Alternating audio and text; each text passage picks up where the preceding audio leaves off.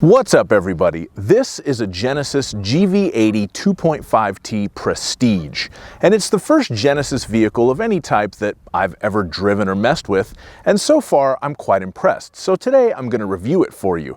First, we're going to talk about what is a Genesis GV80. Then we are going to measure out the cargo space, look at the passenger room, and I'll show you some of the features that I like on this particular car. And as always, if some of that sounds interesting and some of it sounds boring, check the description below for timestamps. So just what is a Genesis GV80? Well, the GV80 is Genesis' entry into the mid-sized luxury SUV category. Think cars like BMW X5, Lexus RX, Porsche Cayenne, Mercedes GLE, etc., etc. And like all good mid-sized luxury SUVs, you can have it with a 4-cylinder turbo or a 6-cylinder with some turbos. And it's available with an optional useless third-row seat and a whole bunch of cool, crazy technology features. Now, since this is the 2.5T, it has the turbo 4-cylinder engine with 300 horsepower, which I've found to be adequate so far.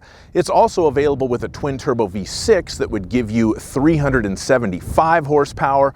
All-wheel drive is now standard for the 2023 model year. This happens to be a 2022 model, but it does still have the all-wheel drive system.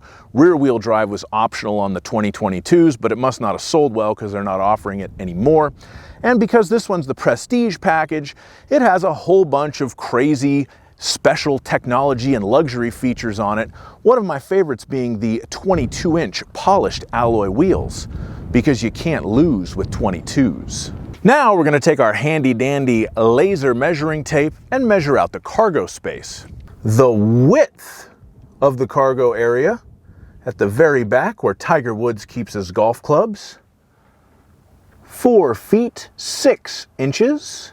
The width of the cargo area in between the admittedly very unobtrusive wheel wells, 3 feet 5 inches, that would be the minimum width of the cargo area.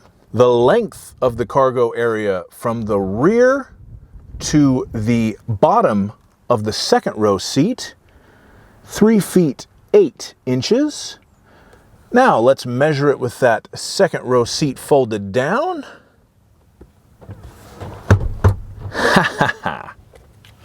The length with the second row seat folded down is approximately 6 feet. I say approximately because that would have something to do with where you had the first row seat set, but you have up to 6 feet of space in the rear of your Genesis GV80.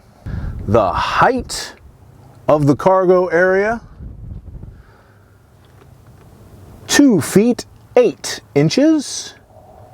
And if you need to lift something into the back of your Genesis GV80, you're going to have to lift it 2 feet and 7 inches. And just for fun, as long as we're back here, let's find out what's underneath the cargo floor. Aha! Ooh. We have some extra storage, and we have a space to stow the tonneau cover. And it looks like we have a tire mobility kit, which means that this car does not have a spare tire.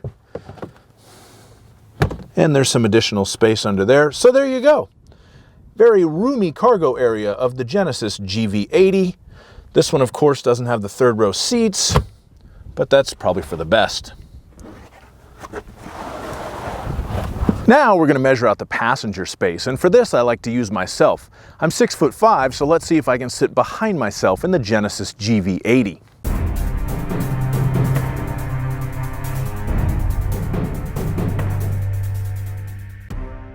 Now, as we can see, in the front seat I can drive, got enough knee room, got my hand on the wheel.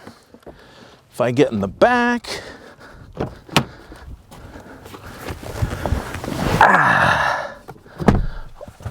just enough knee room, plenty of headroom, even though we do have the dual moon roofs.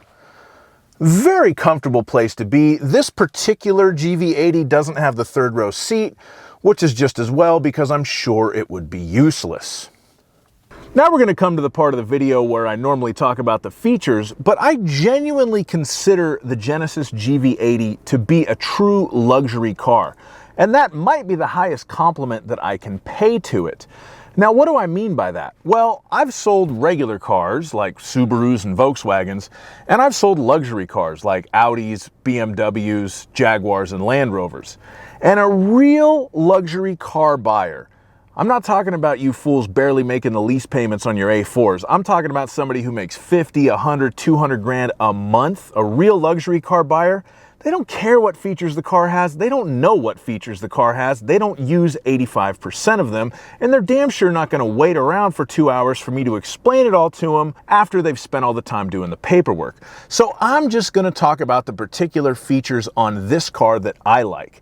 Now, being a 2.5T Prestige, it does have the 3D gauge package, and I think this is really cool. It just looks cool. It's different. As soon as I got in the car and started driving it, I noticed it and I enjoy it. I don't know that it's really all that useful, but quite frankly, I don't think that a lot of these digital gauge screens that a lot of auto manufacturers are putting in their cars are very useful. The regular old basic analog gauges in my Ford Crown Victoria Police Interceptor can tell me that I'm breaking the speed limit just as well as anything else can. So I really like the 3D gauge cluster in this car because it's the first one I've seen, so to me it's kind of unique. Now, the one thing that I think automakers should be focusing on is the heads-up display, which this particular car has. It's a very nice heads-up display. It's color. It gives you lots of good information, your speed, information about the current speed limit. If you have your navigation set, if there's a car in your blind spot, it gives you a graphic showing that that's there. I'll try to pick that up on the camera to show you guys, but I really like the heads-up display in this car. Another thing that I really like is the touchscreen climate controls. Now, I have a Subaru Legacy XT Touring with the big giant Subaru screen, and it's got touchscreen controls, and I really don't like the touchscreen controls on that for the climate control, mainly because you have to go into sub-menus to mess with stuff. On this car, it's all right there, and I just find it a little bit easier to use, so I really like the touchscreen climate controls in this. Another thing that I really like is kind of how clean the interior can be. It is busy, there are a lot of buttons and things, but you can close the lid for the cup holder, you can put your phone on the wireless charger or plug it into the USB if you want to use the Android Auto or the Apple CarPlay, close the door on that. Set the main screen to just kind of this calm, relaxing screen that gives you a little bit of map data and what time it is and what radio station you're listening to, whatever. And it just looks very clean and uncluttered, even though there are a lot of buttons and dials and screens in here. They've done a very good job of making it look upscale while still being technologically advanced. I also like the fact that the main big screen where the navigation and everything is, that is a touch screen as well, but it's set kind of far back for some people to mess with. So they give you this very nice dial that you can use in the center console to scroll through options, make selections. It is pretty intuitive. By the way, we should all be going about 20 years back in time and apologizing to BMW for raking them over the coals for the iDrive system. Turns out they were just ahead of the curve, but the first one through the wall always gets bloody. Continuing on the dials, that is how we change gear in the Genesis GV80, and it's a very nice sort of chrome and crystal gear shift dial there. I like that a lot. It looks and feels really classy. Also at night when you're messing with the ambient lighting, it lights up with the ambient lighting and changes color as well. That's a very nice touch. The drive mode has a similar dial that's not quite as fancy as the shifter, but you're probably not going to be using it as much, so that's okay. Another feature that I genuinely love in this car is in the back seat. It has a 115 volt household style power outlet with a ground. So if this were my personal car, I could charge my laptop or my cameras back here. I also have a couple of USB ports to charge mobile devices in the back seat, but this I really like. It's the little things in life that make you happy, and one of the things that makes me very happy in the Genesis GV80 is the Ergo Motion seat. Now, by pushing this little button on the side of the driver's seat, I can scroll through pelvic stretching, which is not nearly as exciting as it sounds. That kind of massages my butt. Lumbar stretching, which massages the back, and whole body stretching, which does both the butt and the back. And I have to say that this is by far the nicest massaging seat that I have felt in a car. It's very relaxing, very nice, and I'm greatly enjoying the experience. And on the topic of little things, I think the cameras in this car are superb. I'll demonstrate.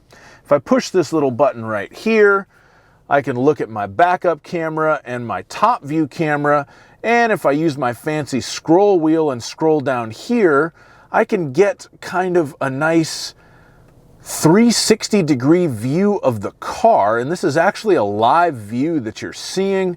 This is really cool, and just in general, the quality of the cameras in this car, I'll go ahead and put it in reverse and back up a little bit.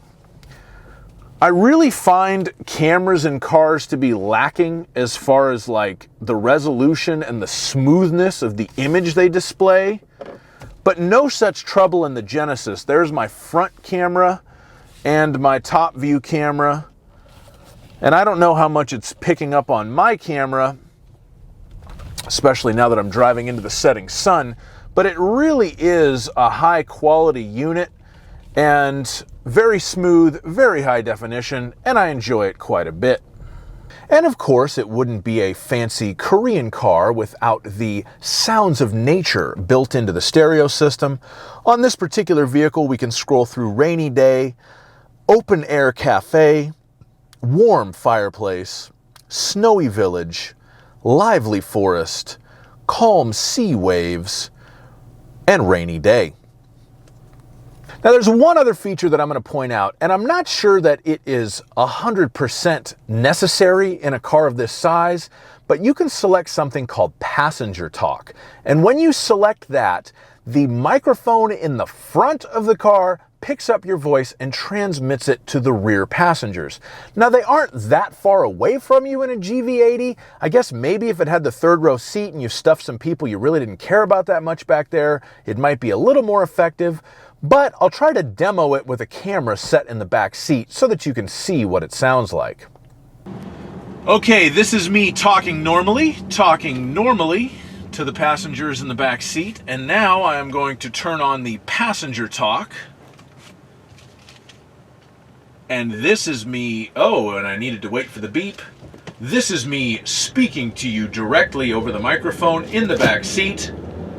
And if you kids don't quiet down back there, I'm driving you straight to Nebraska and dropping you off at an emergency room. You're not 18 yet. Does anybody remember that reference? If I had kids, I'd threaten them with that 6 times a day. Thank you so much for watching my review of this Genesis GV80. I hope you enjoyed it.